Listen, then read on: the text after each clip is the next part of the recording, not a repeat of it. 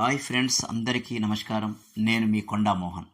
ఈరోజు మహాశివరాత్రి సందర్భంగా మీకందరికీ నా హృదయపూర్వక శుభాకాంక్షలు తెలుపుకుంటున్నాను. ఈ మహాశివరాత్రి రోజున బోలాశంకరుడు, భక్తజన మందారుడు, మహాకాలుడు, లయకారుడు అయిన ఆ మహాదేవుణ్ణి త్రికరణ శుద్ధిగా పూజించి జన్మ తరింప చేసుకుందాం. లంకనం పరమౌషధం అని మన పెద్దలు ఏనాడో చెప్పారు.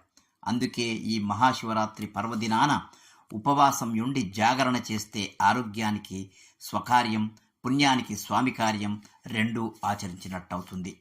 ఇక శివతత్వం తెలియాలంటే శ్మశాన విభూదిని చర్మాలంకారంగా దాల్చే శివుడిలాగా శుభాలను సమానంగా స్వీకరించే నిశ్చల తత్వం, స్థిత ప్రజ్ఞత్వం మనం అలవాటు చేసుకుంటే బ్రహ్మానందం పొందవచ్చును. ఎందుకంటే ఎన్ని ఆస్తులు, అంతస్తులు, హోదాలు, దేహదారుఢ్యాలు సంపాదించినా అన్నీ వదిలి ఈ శరీరాన్ని చివరకు బూడిదలా కాల్చవలసిందే.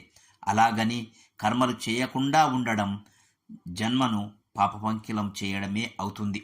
అందుకనే ధర్మబద్ధంగా కర్మలు చేయడమే మానవ జన్మ సార్థకత అన్నదే శివతత్వం సారం. ఇక గంగా గౌరీ బహుభార్యత్వం శివుని గురించి గల అపోహ మాత్రమే.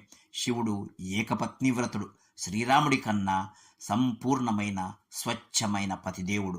అందుకనే గౌరమ్మకు తన అర్ధ శరీరం ఇచ్చి నారీశ్వరుడైనాడు ఆ భూతనాథుడు. మానవ జన్మమెత్తిన ప్రతి ఒక్కరూ త్రికరణ శుద్ధిగా ఏకపత్ని వ్రతం ఆచరించడం అన్నదే శివతత్వ సారం. మిత్రులారా, ఈ మహాశివరాత్రి సందర్భంగా వెండికొండ కైలాసవాసి ఆ శివయ్య మీకు, మీ కుటుంబ సభ్యులకు సకల శుభాలను కలుగచేయాలని మనస్ఫూర్తిగా ప్రార్థిస్తున్నాను. జై హింద్.